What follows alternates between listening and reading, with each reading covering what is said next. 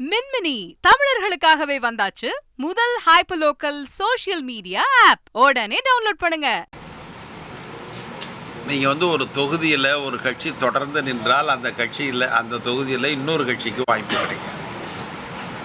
உடனே அங்கே இருக்கிற தொண்டர்கள் என்ன சொல்லுவாங்க, நாங்கள் என்ன இவங்களுக்கு வேலை செஞ்சுக்கிட்டு இருக்கிறதே எங்களுடைய வேலையான்னு கேட்பாங்க.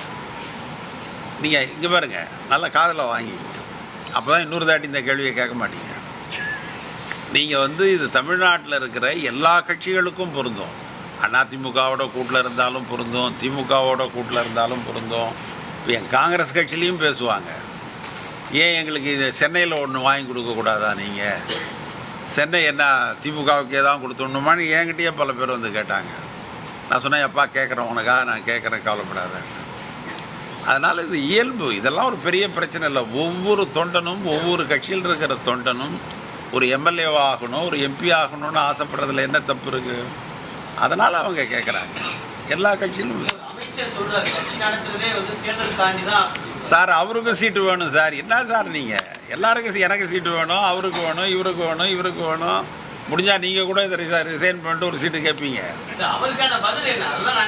அதற்கான பதில் அவங்க கட்சியில் தான் சொல்லணும், நாங்கள் சொல்ல மாட்டோம். அது அவங்க கட்சி தான் சொல்லணும் சார். அவர் இப்போ எங்கள் கட்சியில் ஒருத்தவங்க சொன்னால் நான் பதில் சொல்லுவேன். அவங்க கட்சியில் ஒருத்தவங்க சொன்னால் இது கட்சி விதிகளுக்கு முரண்பானது, நீ பேசியிருக்க கூடாதுன்னு அவங்க கட்சி தான் சொல்லும்.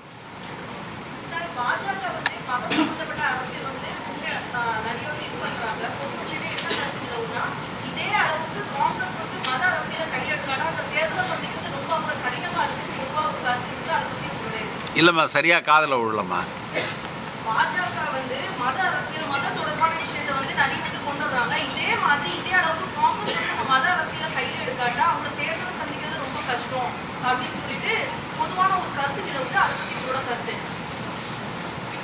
பாரதிய ஜனதா ஒரு மதவாத கட்சி, காங்கிரஸ் ஒரு மதசார்பற்ற கட்சி. மகாத்மா காந்தியை பார்த்து கேட்ட பொழுது அவர் சொன்னார், இந்திய எல்லைக்குள் வாழ்கிறவர்கள் அனைவரும் இந்தியர்களே என்று சொன்னார். அதுதான் காங்கிரசினுடைய லட்சியம். நாங்கள் அஸ்ஸாம்லேயோ வங்காளத்திலேயோ போய் இந்த மக்கள் யார் என்று கேட்டால் இந்தியர்கள் என்று சொல்லுவோம். இதே பாரதிய ஜனதா அங்கே போய் அவனை கேட்டிங்கன்னா அவங்க சொல்லுவாங்க, இவர் அஸ்ஸாமி, இவர் வங்காளி, இவர் வங்காள முஸ்லீம், இவர் வங்காள இந்து, இவர் பஞ்சாப் இந்து, இவர் சீக்கியர் என்று சொல்வார்கள்.